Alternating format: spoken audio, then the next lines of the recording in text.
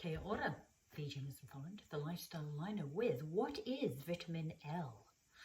So my favourite vitamins, this one, and I'm sure you've come across it, which is love. All you need is love. So what I'm going to do is give you my 3 top picks for cultivating and increasing levels of vitamin L. So I've made some notes over here that I'm going to refer to. So the first one, my top, is actually learning to say no.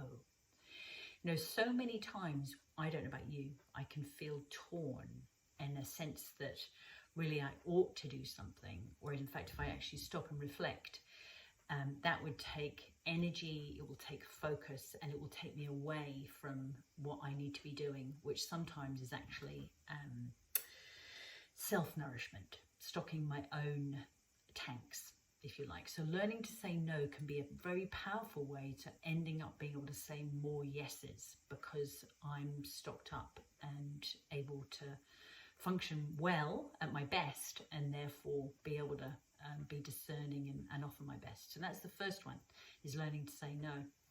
Then the second one I'm going to mention is practicing gratitude. There are so many ways that this has been shown to be valuable. And when I say that, it's not only because there's a feel-good factor and the ways that it can actually help to release positive hormones in our bodies, but also the knock-on effects of that.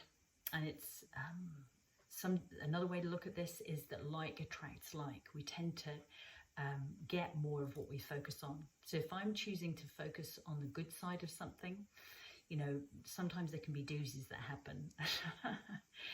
And a very powerful question that I've learned to ask myself, and that Chris and I tend to ask each other in challenging situations, is what's good about this? And there's always something good about even the seemingly worst of situations. Great example being when my dad passed away really suddenly. He was only 50, massive heart attack. We discovered that I had similar health challenges to him that I'd inherited. I was given 3 years to live unless I took medication every day for the rest of my life. So much good stuff came from that in terms of the ways that I chose to turn my own lifestyle around, and therefore my health picture. Who knows? That could have actually been fundamental in having me still be here today, you know, surviving Dad so far by several years, you know, beyond his age.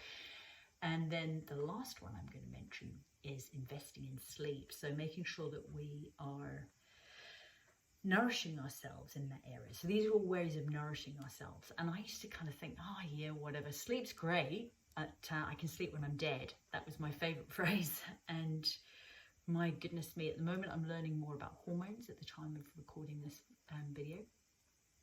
And so much of our health is linked with our hormonal balance, and so much of our hormonal balance is influenced by our sleep or lack of. And so it's often an understated and undervalued resource that certainly for me, I can only speak for me, and realise that I just missed out so much for a long time. I've got my Fitbit going now, which means I get to have a look at my sleep score and look at ways that whatever it is that we measure changes, right? So this is an opportunity for me to really be mindful and practice steps for good sleep hygiene, etc., that really help to make that change. And if you're looking for ways to really help your sleep, including a protocol that I found extremely successful for myself, but also for others, then please do personal message me, because I'd be very happy to share that with you. And till I see you on this week's Live with Fee, keep sharing your sunshine. Ciao for now.